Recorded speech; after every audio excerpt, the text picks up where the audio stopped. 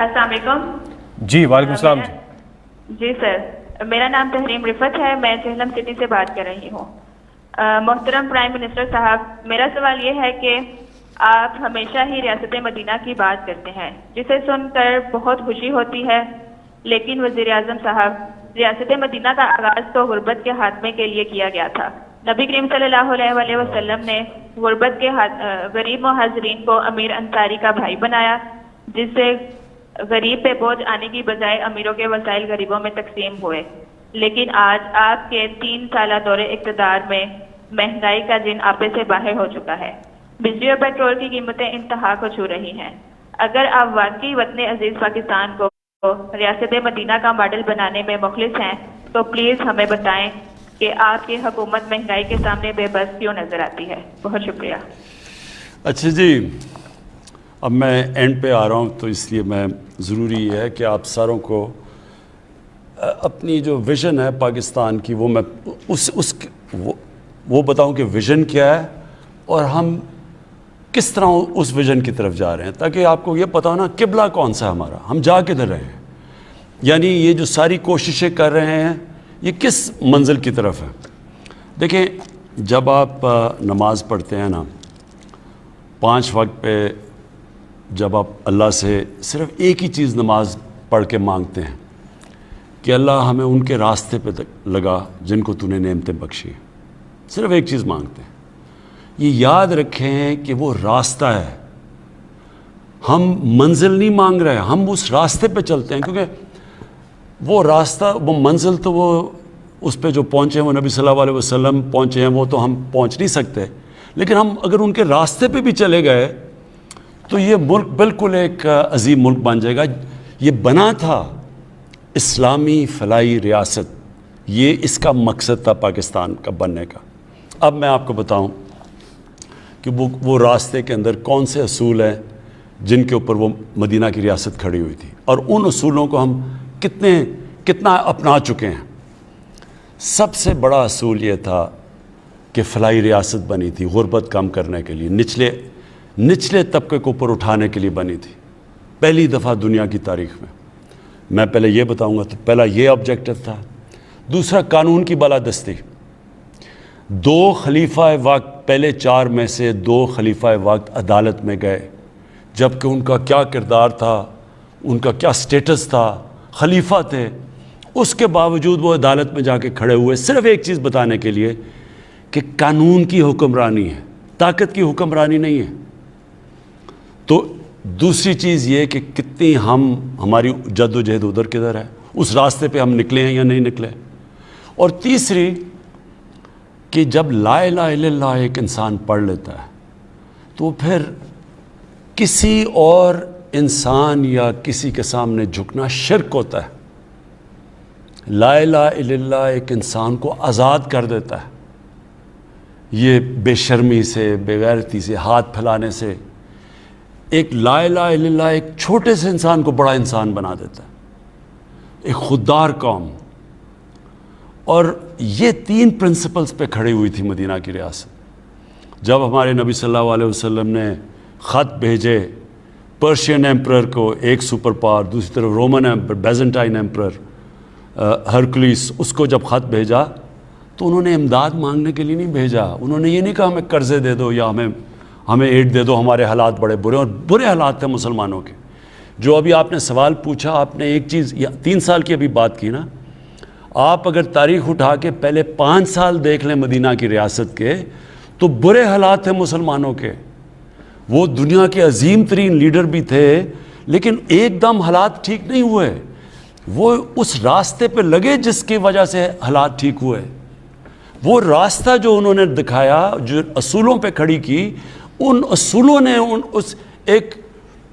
ایک جن کی کوئی حیثیت ہی نہیں تھی عربوں کی, ان کو دنیا کی امامت کروا دی.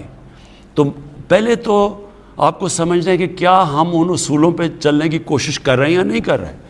کیا اس ملک کے اندر ہم اپنے کمزور طبقے کے لیے وہ قدم اٹھا رہے ہیں. کبھی پاکستان میں کسی نے سوچا تھا کہ ہیلتھ کارڈ جن صوبوں میں ہماری حکومت ہے, پختونخوا, پنجاب, آزاد کشمیر میں اب اور گلگت بلتستان، ان سارے صوبوں میں جدھر ہماری حکومت ہے وہاں پوری طرح ہم ہر شہری کو ہیلتھ کارڈ دے رہے ہیں، ہیلتھ انشورنس۔ یہ اتنی بڑی چینج ہے کہ کوئی سوچ، یہ ہمارے سے امیر ترین ملکوں کے اندر بھی یہ سہولت نہیں ہے۔ یعنی ایک خاندان کے پاس ہیلتھ انشورنس 10 لاکھ روپے تک اس خاندان میں اپنا علاج کروا سکتے ہیں۔ یہ ایک انقلاب ہے۔ یہ ابھی تک لوگوں کو پوری طرح پتہ نہیں چلا کہ یہ کتنا بڑا ہم نے قدم اٹھایا ہے۔ تو یہ اسی طرف جا رہے ہیں فلاحی ریاست پہ۔ پھر پناہ گاہ، ہم نے جو پناہ گاہ بنا رہے ہیں یہ غریب مزدوروں کے لیے، جو بیچارہ سارا دن محنت کرتا ہے، وہ ہم چاہتے ہیں کہ وہ اس کو کھانا پینا بھی وہاں ملے، سوئے بھی وہاں، نہائے دھوئے بھی وہاں، مزدوری کرے، اور جو مزدوری سے پیسہ اٹھائے اپنی بیوی بچوں کو بھیج سکے۔ یہ پناہ گاہ میں ابھی ہم اضافہ کر رہے ہیں۔ میں ابھی آپ کو بتا دوں کہ ہم نے ابھی تک کتنی پناہ گاہ بنا چکے ہیں آپ کے پاس؟ ہم اب تک 22 پناہ گاہ بنا چکے ہیں شہروں کے اندر، اور 11 اور بننے والی ہیں، اور انشاءاللہ یہ ہم پھر پھیلاتے جائیں گے جدھر جدھر مزدور کام کرتے ہیں ان کے لیے رہنے کے لیے۔ یہ میں سمجھتا ہوں کہ اگر ہمیں جانے تک، اگر ہم ابھی 33 ہماری بنیں گی، اگر ہم یہ سارے شہروں کے اندر جدھر مزدور کام کرتے ہیں وہاں اگر ہم پناہ گاہ بنا گئے، میں اس کو اپنی بہت بڑی اچیومنٹ سمجھوں گا۔ کیونکہ امیر ملکوں کے اندر بھی ایسا نہیں ہے، وہاں بھی اب امریکہ کے اندر بھی سڑکوں پہ رات کئی جگہ ان کے پاس چھت نہیں ہوتی، سوتے ہیں، جو سب سے دنیا کا امیر ملک ہے۔ میں یہ چاہتا ہوں کہ پاکستان میں کبھی نہ ہو کہ ہمارے لوگ، ہمارا مزدور بیچارہ سڑکوں پہ سوئے، تو اس کے لیے پناہ گاہ بنا رہے ہیں۔ پھر ہم ایک بھوکا نہ سوئے، ہم نے بسز شروع کی ہیں، اور ان کا ابھی تک ہمارے 12 بسز ہیں، یہ پھرتی ہیں، یہ 4 شہروں کے اندر ابھی ہم لے کے آئے ہیں۔ یہ ٹرک ہیں، کیونکہ ایکسپیریمنٹ ابھی کر رہے ہیں کہ پہلے ہم نے تھوڑے سے پناہ گاہ بنائے، ان کو پھر ہم نے بہتر کیا، ان کی سٹینڈرڈ، ان کے SOPs بنائے، اب ہم ان کو پھیلائیں گے۔ اسی طرح ہم نے پہلے ایکسپیریمنٹ کیا، ہماری بس جاتی ہے غریب علاقوں میں، لوگوں کو کھانا دیتی ہے، اب ہم یہ بسز بڑھاتے جائیں گے۔ ابھی ہمارے پاس 12 بسز ہیں، ہمارا ہے کہ اگلے 6 مہینے میں 50 ٹرک ہمارے جائیں غریب علاقوں کے اندر، اور انشاءاللہ اس کو مزید بڑھاتے جائیں گے۔ اچھا جی، اس کے علاوہ جو اب ہم کرنے جا رہے ہیں وہ ہے کامیاب پاکستان۔ اب یہ میرا سب سے بڑا پروگرام آنے والا ہے۔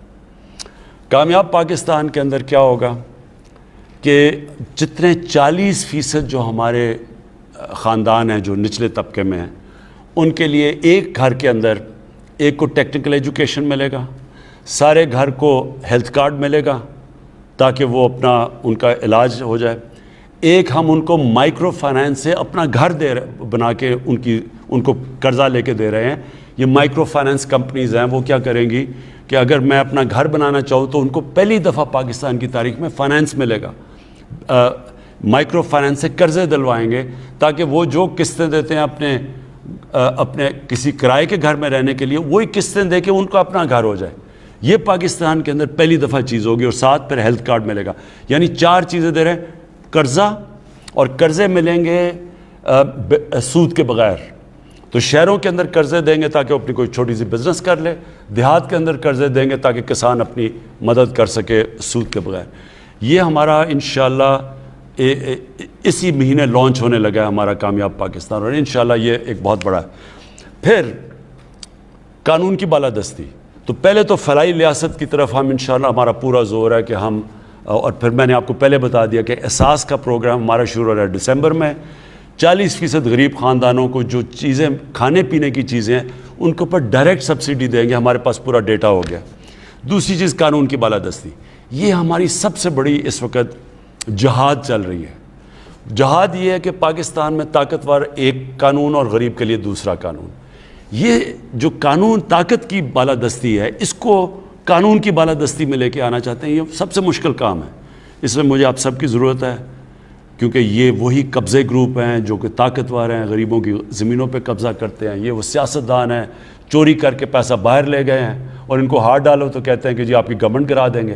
ان کے اوپر ہم نے پورا ہاتھ ڈالنا ہے، اور ایک لوگوں کو آزاد کرنا ہے، لوگوں کو قانون دے کے، انصاف دے کے آزاد کرنا ہے، یہ دوسرا ہے۔ اور تیسرا خودداری، ہم یہ وہ ملک بنانا چاہتے ہیں جو انشاءاللہ ایک اپنے پیر پہ کھڑا ہو, کبھی کسی سے ہمیں بھیک نہ مانگنی پڑے, قرضے نہ مانگنے پڑیں, کسی کے سامنے ہم ایڈ دے کے اپنی ان کی جنگوں میں نہ شامل ہوں کیونکہ وہ ہمیں پیسے دے رہے ہیں تو ہم ان کی جنگ میں شامل ہو جائیں.